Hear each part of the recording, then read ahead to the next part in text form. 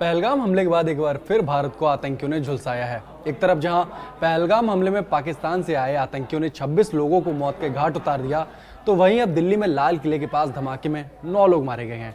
सबसे बड़ी बात है कि पहलगाम हमले के समय पूरी जनता गुस्से में थी, क्योंकि पाकिस्तान का किया कराया था, सरकार पर प्रेशर था कि पाकिस्तान पर एक्शन लिया जाए, और हमने एक्शन लिया ऑपरेशन सिंदूर शुरू करके। लेकिन अब क्या, ये दिल्ली ब्लास्ट है।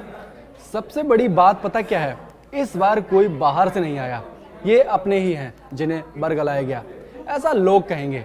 लेकिन क्या आपको भी लगता है कि पढ़े लिखे MBBS की डिग्री धारकों को बरगलाया जा सकता है? आखिर इनको बचाने वाला इकोसिस्टम क्या जवाब देगा? कैसे बचाएगा?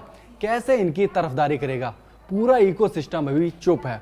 सवाल सरकार पर खड़े हो रहे हैं कि भाई आप क्या कर रहे थे, सिक्योरिटी एजेंसी क्या कर रही थी? 10 तारीख को दोपहर तक सिक्योरिटी एजेंसी की भाई हो रही थी कि भाई 2900 किलोग्राम विस्फोटक सामग्री बरामद हुई है, और शाम को दिल्ली में ब्लास्ट होता है। आप लिख कर ले लीजिए, अगर इस धमाके में मौतें नहीं होती तो पूरा इकोसिस्टम इन लोगों को बचाने के लिए खड़ा हो जाता। और आपको एक बात और बता दूं कि ये इकोसिस्टम अब नए तरीके से काम कर रहा है। ये हमेशा की तरह अब सिक्योरिटी एजेंसी पर सवाल खड़े कर रहे हैं कि कहा जा रहा है कि सिक्योरिटी एजेंसी को सब पता होता है कहाँ क्या ब्लास्ट होने वाला है, इन लोगों ने जानबूझकर ये किया है।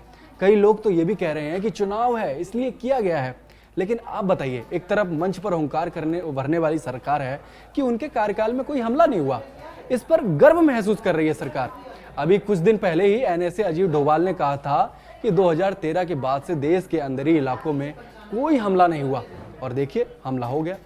आखिर मतलब एक तरफ जिस पर सिक्योरिटी एजेंसी गर्व कर रही थी कि हमला नहीं हुआ, सरकार मंच से हुंकार भर रही थी कि हमारे कार्यकाल में देश के भीतरी इलाकों में हमले नहीं हुए। लेकिन अब आरोप देखिए कि इनको सब पता था। मतलब कोई लॉजिक है इस बात का? इस बात में ये इकोसिस्टम ऐसे काम कर रहा है। और अभी कुछ दिन और रुकिए, इस इकोसिस्टम के काम करने का तरीका अभी बदलेगा, क्योंकि अभी अभी माहौल थोड़ा गर्म है। और जो लोग ये कह रहे हैं कि ऑपरेशन सिंदूर 2.0 शुरू होगा, तो भूल जाइए, क्योंकि लड़ाई बाहरी लोगों से लड़ी जाती है, अपनों से नहीं। जब अपने ही धोखा दें ना तो कुछ कर नहीं सकते हम लोग। जब बाहरी धोखा देते हैं तो उनसे लड़ाई लड़ी जाती है, अपनों से लड़ाई नहीं लड़ी जाती। जांच होगी, UAPA लगेगा, सालों तक सुनवाई होगी और सजा होगी। अलग अलग मामलों में जांच होगी, लोग भूल जाएंगे, और दिल्ली के बाजारों में कैंडल मार्च के बाद फिर से भारी भीड़ उमड़ेगी।